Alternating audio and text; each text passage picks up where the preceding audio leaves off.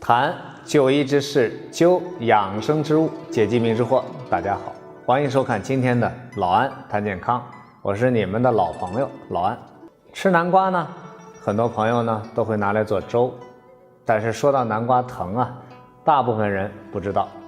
下面呢，我们就一起来了解一下南瓜藤的神奇功效。南瓜藤呢，不仅营养丰富，还有很多的药用价值。当然呢，南瓜藤取用的必须是最嫩的部分，这部分藤可以吃，嫩叶呢也可以吃。那么我们来看南瓜藤的功效。首先，南瓜藤可以治疗泌尿系结石。南瓜藤治疗泌尿系结石呢有一定的作用，对于细小的稳定性结石呢不妨一试。第二，南瓜藤可以治疗虚劳内热。南瓜藤呢有清肺和胃、通络的功效，可以治疗呢肺结核引起的低热咳嗽，还有扁桃体发炎、双目视物不清、肠热、便秘等等。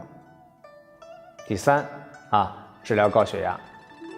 南瓜藤对肝阳上亢导致的高血压有一定的效果，但是对于肥胖导致的高血压大家可以去减肥。其他类型的高血压呢，请遵医嘱。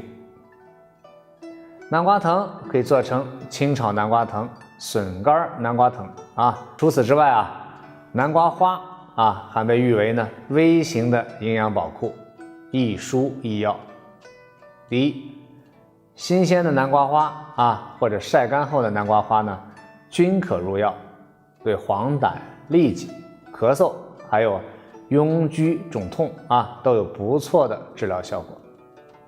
第二，治疗炎症。南瓜花呢对结膜炎、乳腺炎等多种炎症呢有辅助的治疗作用。第三南瓜花的花粉呢是世界公认的特效保健品，有消除疲劳、增强体力、增智、改善睡眠、保护心脏和血管以及预防出血等多种特殊的保健作用。如果您觉得今天的内容对您有帮助，建议您分享。想第一时间观看老安更新的养生内容，请点击订阅按钮，同时呢，请点一下右边的小铃铛，这就是您对老安最大的支持。